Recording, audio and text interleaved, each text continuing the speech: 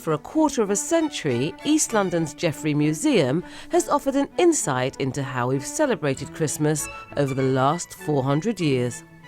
Now, you started in the 1630s. Why is this a significant time? So this is our first period room, and I suppose this time is when the middle classes, the middling sort of they've been known at the time, kind of really come into really grow as a class of people. And it's a really interesting time because at this stage, this dinner that we see here hasn't changed very much since the Middle Ages. So we've got lots of kind of sweet food, and sugar at the time would have been a real luxury. So they're showing off that they can kind of display all their wealth.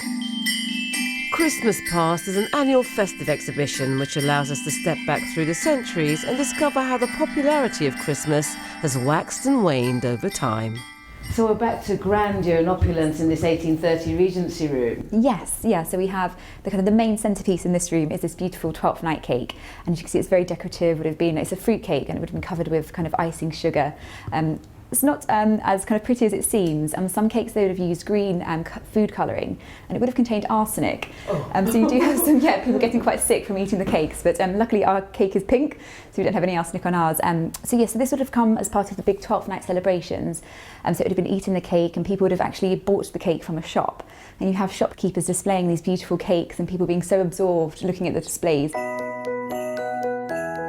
Through 11 period living rooms, Christmas Past brings to life the origins and meanings of many traditions, from feasting and kissing under the mistletoe to sending cards and parlour games. This is our Victorian room, and as you can see, it's kind of so Christmassy. There's a bit of a common misconception that the Victorians invented Christmas. Although they did kind of revive lots of customs, quite a lot of what they were they kind of popularised lots of things that had been previously used. And I think for Victorians, it's all about children and family. So for the first time we have some toys in our room. So these are some lovely wooden toys here, but they all have a kind of a moral message. So you have some kind of a cathedral building blocks or Noah's Ark. So they're all about learning or kind of a religious message.